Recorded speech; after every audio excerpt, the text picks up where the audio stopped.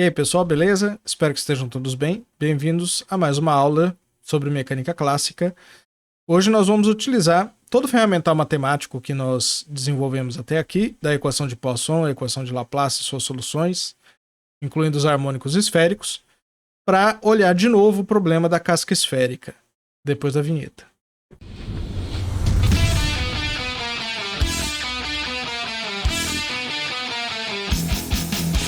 Bom, a gente vai revisitar o problema da casca esférica. Primeiro, vou fazer um resumo, como sempre faço. Lidamos com a equação de Poisson, no sentido geral, mas a equação de Poisson gravitacional é dada por essa equaçãozinha aqui, né, em que φ é o potencial gravitacional, que eu também chamo de campo gravitacional, e a equação é o Laplaciano de φ igual a 4πg, constante de Newton, vezes a densidade de matéria naquele ponto. E nós vimos que a solução geral da equação de Poisson tem uma solução homogênea, que é φ0, que é solução da equação de Laplace, mais uma solução particular que a gente pode encontrar utilizando o método das funções de Green. Aqui, x é o ponto no qual eu estou calculando o potencial e y é um ponto dentro da densidade de matéria, né? E aí eu realizo uma integração em todo o volume, na verdade em todo o espaço, mas como eu suponho que a densidade de matéria está contida dentro de um volume, essa integral vai acabar se restringindo nesse volume. Depois nós discutimos a solução geral da equação de Laplace, que em coordenadas esféricas, que é o que vai nos interessar nesse problema, é dado por uma combinação linear de polinômios que dependem das funções y, l e m, que são os harmônicos esféricos. É para m maior que zero, e as soluções para m menor que zero são dadas pelos duais dos y, trocando o i por menos i, segundo essa equação aqui embaixo. Bom, os harmônicos esféricos são dados por essas expressões normalizadas através desse termo, e vai depender dos polinômios associados de Legendre, que eu posso calcular a partir dessa fórmula de Rodrigues. Então está tudo dominado. E lembrando que L é um número natural, é uma constante, e M é uma segunda constante, cujo espectro vai de menos L a L e também pertence aos números inteiros. Certo? Então nós vamos utilizar essa solução aqui para analisar o problema da casca esférica. Está aqui a casca esférica, que eu vou utilizar. Então a densidade de matéria vai ser homogênea, aqui em vermelho. Eu tenho o raio maior A e o raio menor B. E aqui eu vou mudar um pouco a notação, simplesmente porque aqui eu fiz assim. Eu vou chamar de R a distância do centro da esfera até o ponto no qual eu quero calcular o potencial. Eu quero calcular o potencial nesse ponto. Então, um ponto arbitrário dentro da densidade de matéria eu vou chamar de x. Portanto, a distância entre esse ponto arbitrário dentro da densidade e o ponto no qual eu quero calcular o potencial é R menos X. Está todo mundo aqui.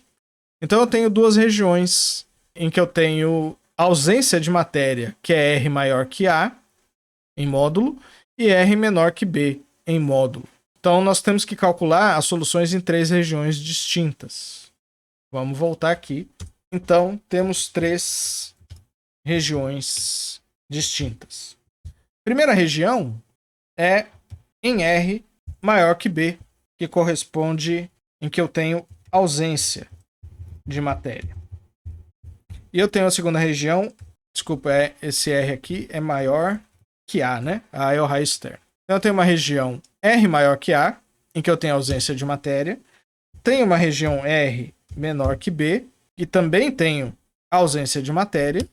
E eu tenho uma região entre B e A, em que eu tenho uma densidade de matéria homogênea, né? São as três regiões. Primeiro, nós vamos nos concentrar na primeira região. Então, vamos lá na região 1. Na região 1, o R é maior que A, eu não tenho matéria. Então, a equação de Poisson que vai valer, que é essa aqui, o ρ é zero em toda aquela região. Então, na verdade, a equação que vale é a equação de Laplace. Como eu não tenho matéria, então, minha solução geral vai ser dada por essa função aqui. Mas, em razão da simetria esférica, essa solução não depende nem de θ nem de φ. Portanto, nós temos que L é igual a zero e também que M é igual a zero. Eu tenho total simetria esférica no potencial. Se o L fosse diferente de zero, eu teria um harmônico esférico dependente de cosseno θ, dependendo do L. E aí, no caso, eu também teria modos de M diferentes de zero, que também dependeriam de φ. Então, esse potencial ele não seria esfericamente simétrico. E aqui no caso, então a simetria esférica me obriga a considerar apenas a solução para L igual a zero e para M igual a zero. Eu prometi para vocês que ia fazer a conta com um pouquinho mais de paciência, então eu vou fazer isso. Vou copiar e colar essa expressão aqui embaixo, aplicando a condição que L é igual a zero e M igual a zero. Então eu tenho A0 R a menos 1, e aqui eu tenho B0 R elevado a zero. E esse termo aqui é o Y00, que é uma constante, né? Nós calculamos no vídeo passado.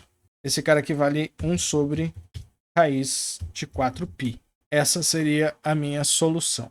Só que eu vou, de novo, absorver esse 4π na minha solução. Então eu vou escrever essa solução como um A' zero mais B'0, em que o A' é o A0 sobre 4π e o B' o B0 sobre 4π também. Eu vou tirar o índice zero aqui para facilitar a minha vida. Aqui eu vou colocar a condição de contorno para R tendendo a infinito. Essa condição de contorno ela vai ser que o φ para R tendendo a infinito vá para zero. Se isso acontece, eu preciso que B' seja igual a zero, porque senão o potencial para R tendendo a infinito, esse termo aqui vai para zero e sobra um termo constante. Então essa condição de contorno me dá B' igual a zero. Minha solução, que é o φ para R maior que A, vai ser uma constante A' sobre R. Mesma coisa que nós fizemos na partícula pontual, né? Só que aqui, para descobrir o A', nós precisamos da condição de contorno para R igual a A, que nós vamos descobrir por último. Antes disso, nós vamos para a região 2. Na região 2, eu vou calcular agora numa região sem matéria. Portanto, vale apenas a solução da equação de Laplace, não a solução completa da equação de Poisson. Continua sendo essa solução aqui. De novo, nós temos M igual a zero e L igual a zero, porque a simetria esférica continua valendo. Então, essa solução aqui, ela vai ser a mesma solução geral que eu tenho aqui. Só que dessa vez eu vou colocar aqui um A duas linhas e B duas linhas, porque são constantes diferentes de A' e B'. Agora, percebam que aqui eu tenho uma condição de contorno diferente. Eu preciso de uma condição de contorno para R igual a zero. Como a condição de contorno para R igual a zero exige que a solução seja física e, portanto, vale, essa condição é aqui para que o potencial nesse ponto R igual a zero exista. Então eu preciso que ele exista. Isso exige que o A duas linhas seja igual a zero, porque o R a menos 1 vai para infinito quando R tende a zero. Então, para essa solução existir, o A duas linhas é igual a zero. Então, a solução para R menor ou igual a B é uma constante, que eu vou chamar de B duas linhas. Certo? Bom, aqui está a prova de que a força gravitacional dentro da casca esférica é igual a zero, já que o potencial é constante. E aqui fora, nós temos um comportamento do tipo 1 sobre R, que é como se a casca esférica fosse uma partícula pontual. O desafiador é a gente ir para a região 3. Lembrando, a região 3 é a região em que eu tenho matéria. Nessa região que eu tenho matéria, eu venho aqui na equação geral de Poisson, coloco essa equação aqui. Como eu tenho matéria nessa região, vou desprezar a solução da equação de Laplace. Aqui, na verdade, eu chamei de R, certo? Vou mudar Então eu estou calculando φ no ponto R. E aqui eu chamei esse cara de x, então eu estou integrando na esfera.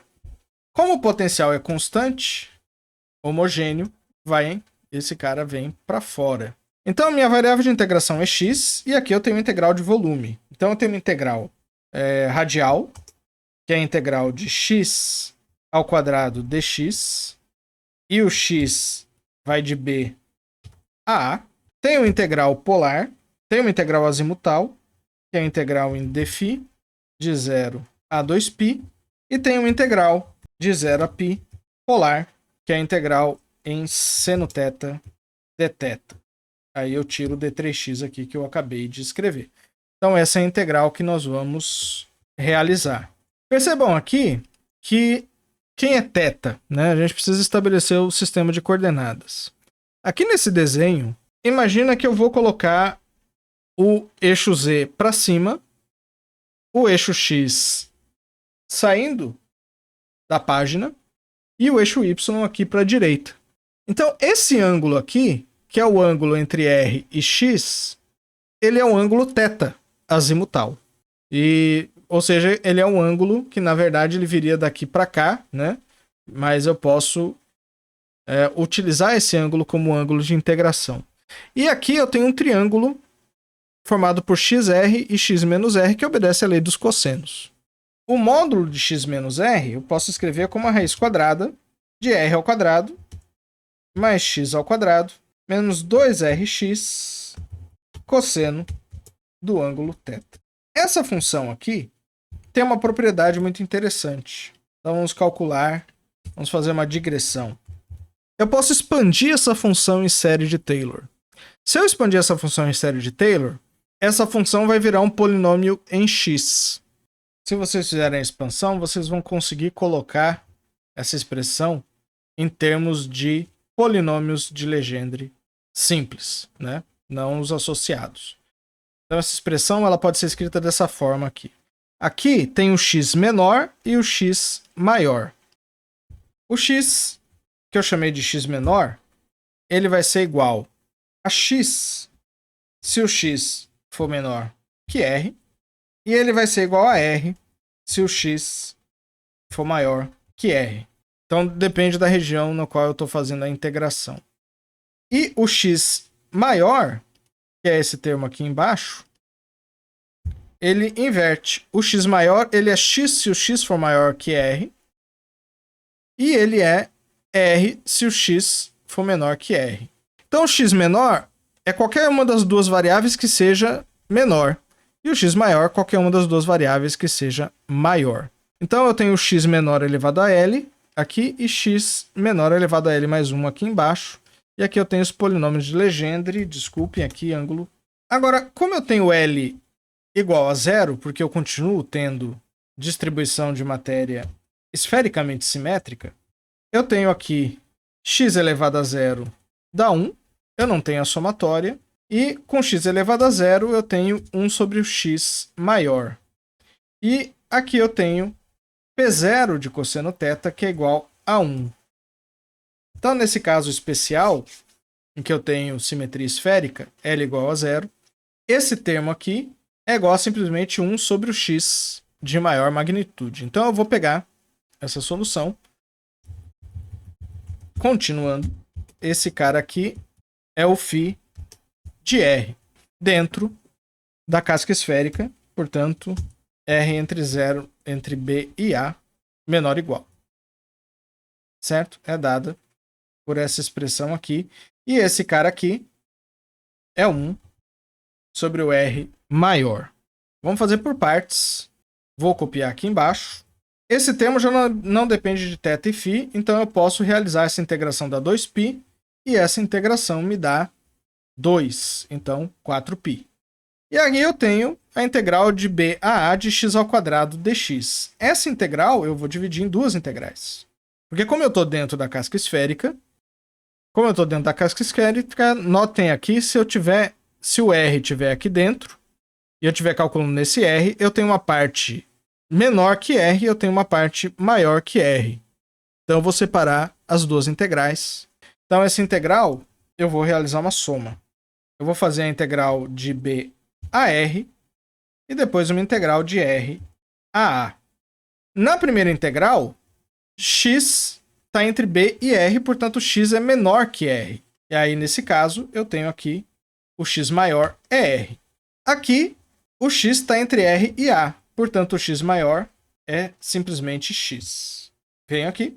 R aqui é constante, então eu tenho x ao quadrado dx de B a R.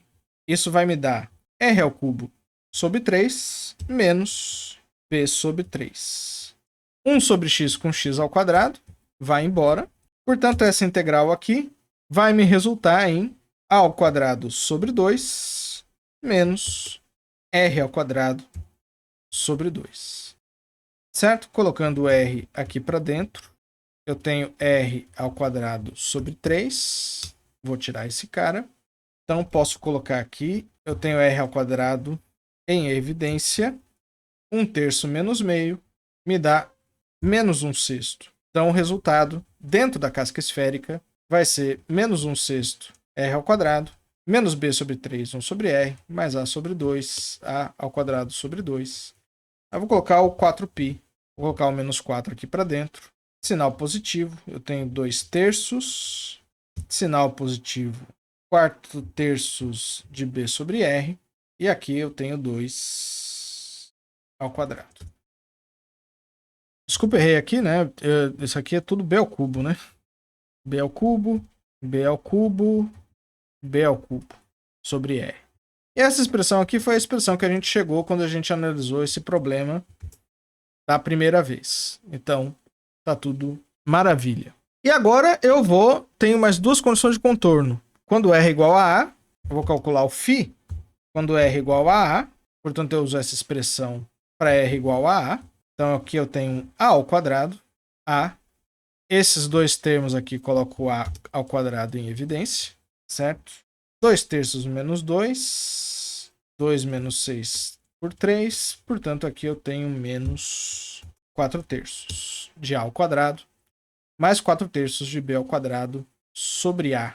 Vou tirar o menos 4/3 em evidência e vou tirar o A, 1 sobre A em evidência. Aí eu fico com A ao cubo menos B ao cubo. Certo? Maravilha.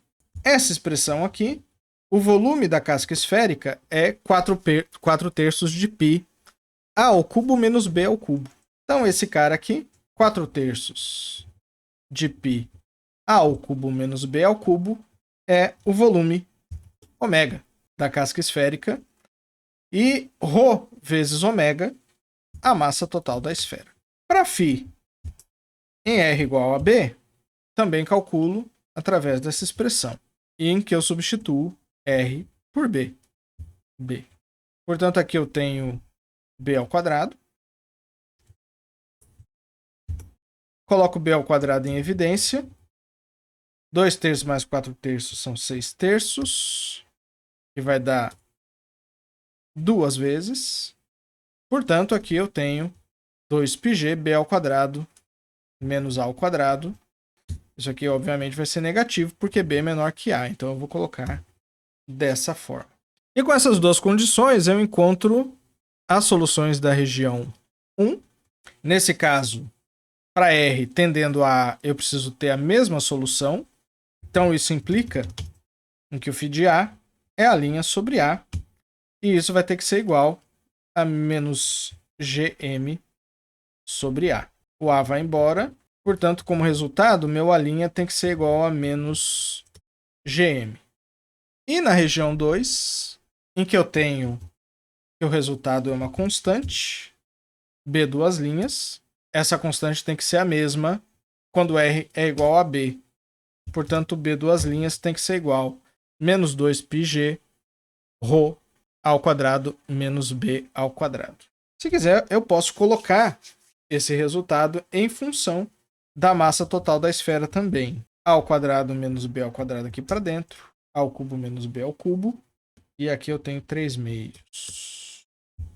O resultado geral, meu φ de R, será igual a menos GM sobre R para R maior que A. menos 3 meios gm a ao quadrado menos b ao quadrado dividido por a ao cubo menos b ao cubo para r menor que b. E dentro da casca esférica, meu resultado, isso vale para r entre b e a. Bom, então por enquanto é isso. A gente revisitou o caso da casca esférica, viu que está tudo coerente e que a gente pode analisar esses problemas do ponto de vista da equação de Poisson. No próximo vídeo eu vou falar das interpretações físicas das constantes L e M dos harmônicos esféricos e dessas soluções, tá certo? Vou fazer isso num vídeo separado. Então um abraço, até a próxima.